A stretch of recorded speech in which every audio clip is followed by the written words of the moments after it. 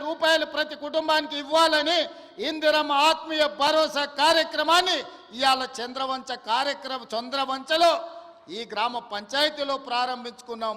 దాదాపుగా ఇందిరమ్మ ఆత్మీయ భరోసా కార్యక్రమం 10 లక్షల కుటుంబాలకు మేలు జరగబోతుంది. ఇవాళ భూమి లేని నిరుపేదలను, ముఖ్యంగా దళితులను, గిరిజనులను, ఆదివాసీలను, బలహీన వర్గాలను ఆదుకోవడానికి పథకం తీసుకొచ్చినాం.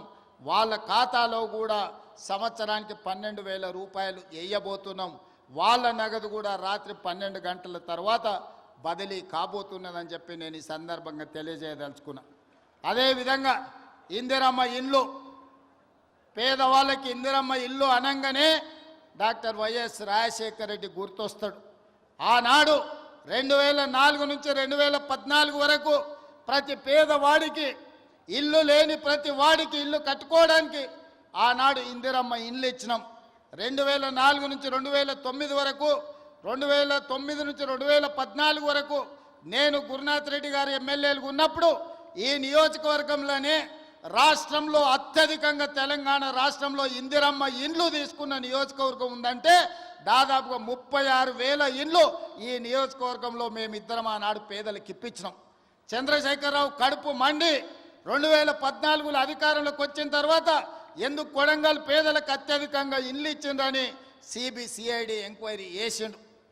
కానీ ఆయన ఎన్నికలప్పుడు మనకు మాట చెప్పిన డబుల్ బెడ్రూమ్ ఇల్లు ఇస్తా అని. నేను అడుగుతున్న ఈడున్న కొడంగల్ శాసనసభ నియోజకవర్గ యువకులను చాలామంది ఇక్కడికి వచ్చిండ్రు. మీ గ్రామాలలో ఎవరికైనా డబుల్ బెడ్రూమ్ ఇల్లు వచ్చిందా? ఎవరికైనా వచ్చిందా? మొత్తం మన నియోజకవర్గంలో కూడా ఏ ఒక్కరికొక్క డబుల్ బెడ్రూమ్ ఇల్లు ఇయ్యలే. ఊరికో కోడి ఇంటికో ఈక కూడా ఆనాడు ప్రభుత్వం ఇవ్వలేదు.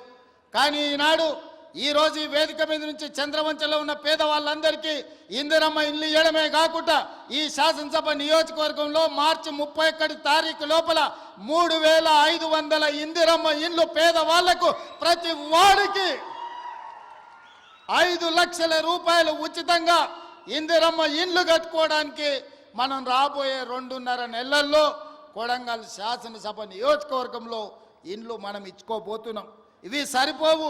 ప్రతి సంవత్సరం సరాసరిగా 4,000 ఇండ్లన్నా ఇచ్చి రాబోయే 4 ఏళ్ల 15 నుంచి 20,000 ఇందిరమ్మ ఇండ్లు కొడంగల్ శాసనసభ నియోజకవర్గంలో ఇచ్చి ప్రతి పేదవాడిని ఒక ఇంటి వాడిని చేసే బాధ్యత ఈరోజు నేను తీసుకుంటా మీ సోదరుడిగా. ఈరోజు మీరు అండగా నిలబడి మీరు ఆశీర్వదించి ఇక్కడ శాసనసభ్యుని చేస్తే